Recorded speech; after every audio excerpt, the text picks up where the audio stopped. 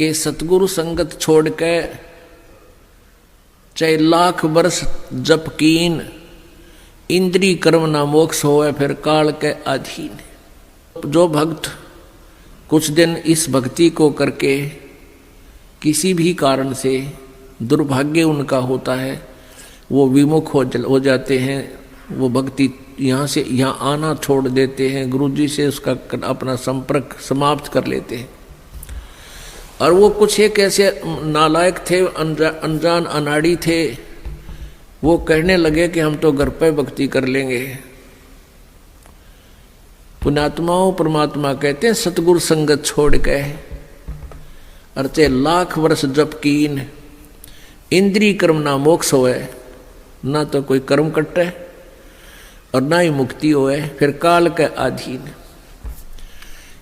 पुण्यात्माओं हमें यहाँ से 21 ब्रह्मांड काल के और सात संग ब्रह्मांड इस परब्रह्म के, इनको पार करके जाना है।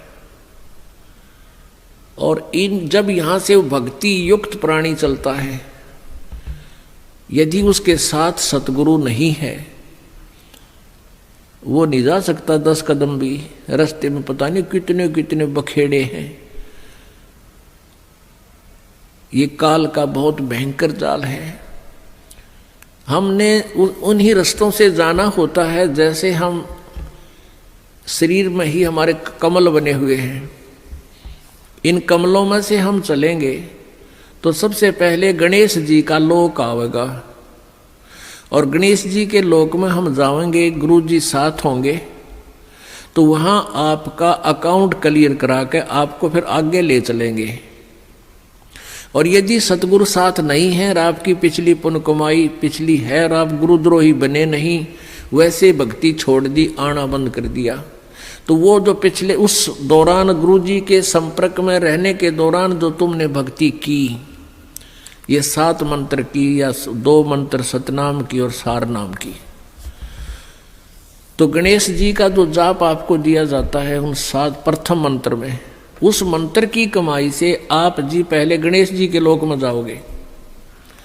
और वहाँ पर इतने नाच गाने डांस, बड़ी पता नहीं कितने हर तरह की, यानी आत्मा वहाँ जाती है तो उसका सूक्ष्म शरीर होता है, स्त्री जाती है तो स्त्री वाला ही होता है, पुरुष जाता है तो पुरुष वाला ही होता है।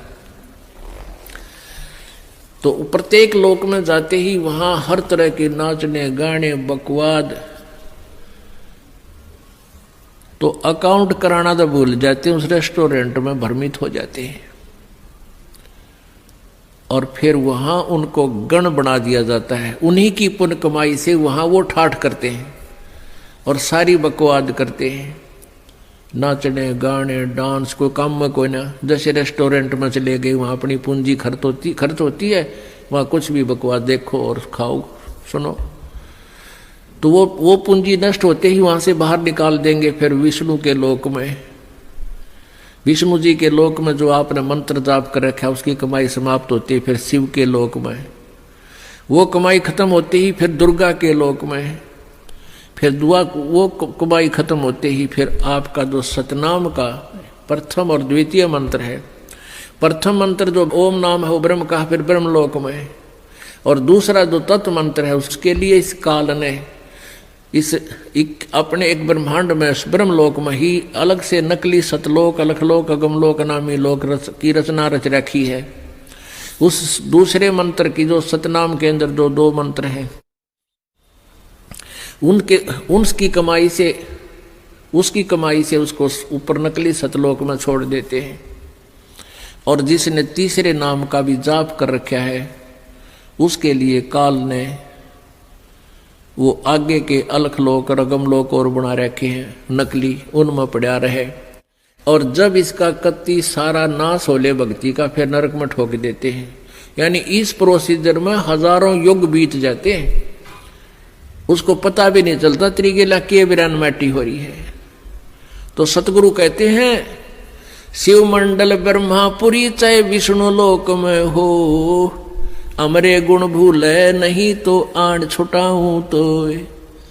अब कई पुण्यात्मा कोई ज्ञान तो खूब सुन लिया और कोई दुर्भाग्यवश यहाँ से दूर भी हो गए, तो वो फिर इससे या तो शिव मंडल में, शिव के लोक में, या ब्रह्मा के लोक में, या विष्णु के लोक में जा रहा है, फिर वहाँ कमाई वह मौज मार रहा है, तो उसके हृदय में यो ज्ञान अंतःकरण में समाया हुआ है।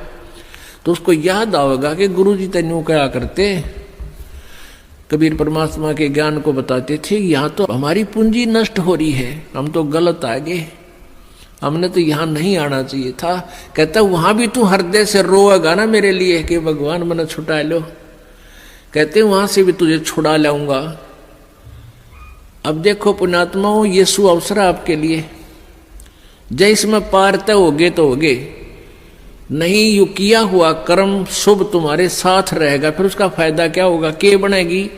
परमात्मा कहते हैं शिव मंडल ब्रह्मापुरी चाहे विष्णु लोक में हो और हमारे गुण बोलना नहीं थे, वहां भी आण छुटाऊं तो ही। मान ले आप चले गए गुरु जी से, यहां से विमुख हो गए और आप चले गए विष्णु जी के लोक में, और वहां आपको याद आ गई, ओहो रही हम तो गलत आ गए भगवान, यहाँ तो बहुत गलत आ गया, हमारी पूंजी नाश होगी। वहां भी आप रोने लग गए तो वो मालिक परमेश्वर आएंगे और वहां से भी आपको ले जा करके कहाँ रखेंगे। यहाँ एक मिनी सतलोक है, प्रत्येक ब्रह्मांड में एक मिनी सतलोक है, परमात्मा का अपना राजदूत भवन है। जैसा प्रत्येक देश में प्रत्येक देश का एक राजदूत भवन होता है, ऐसा परमेश्वर का एक स्थान है। तो उन आत्माओं को जिनकी पूंजी व्यर्थ ना होने दी, जिन याद आएगी, उनको वहां से लेकर वहां रख देंगे अपने मिनी सतलोक में और बीज रूप में। और वहां परमात्मा के लोक में, मिनी सतलोक में परमेश्वर की तरफ से सब आपको सुविधाएं आहार मिलेंगे, उससे आपकी पूंजी नष्ट नहीं होगी। उस वापस फिर उस पूंजी के आधार से आपको फिर पटकेगा परमात्मा सतयुग में।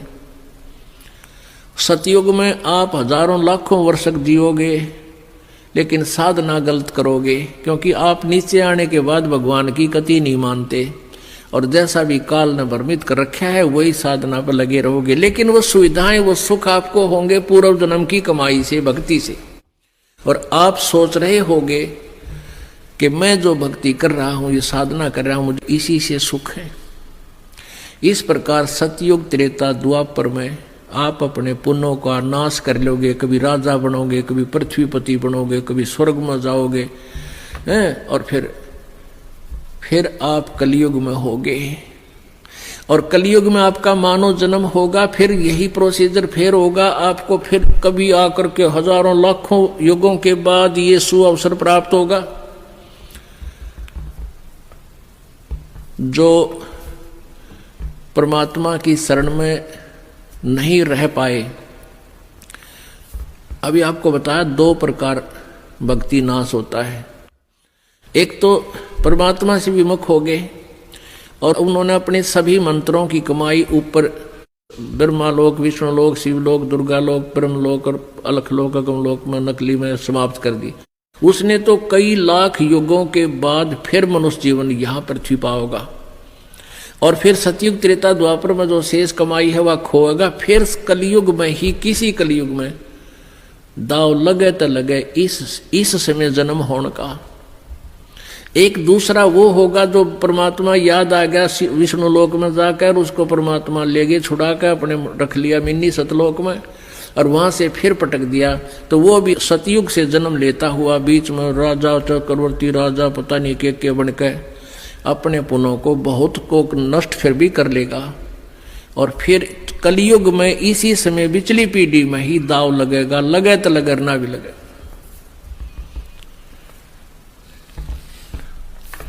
तो परमात्मा कहते हैं सतगुरु संगत छोड़ कर लाख वर्ष जप कीन, इंद्री क्रमना मोक्ष होवे फिर काल के अधीन। जब ये प्राणी यहाँ से चलता है, आगे नरी अप्सराएं नाच रही होती हैं या युवा देवता होते हैं, दोनों तरफ के मेल फीमेल को अट्रैक्शन करने के लिए इसने पूरा जुगाड़ कर रखा है। और सबसे बड़ी कमजोरी है इस जीव की, वो फिर भूल जाता है, सब कुछ भूल जाता है और काल के जाल में फंस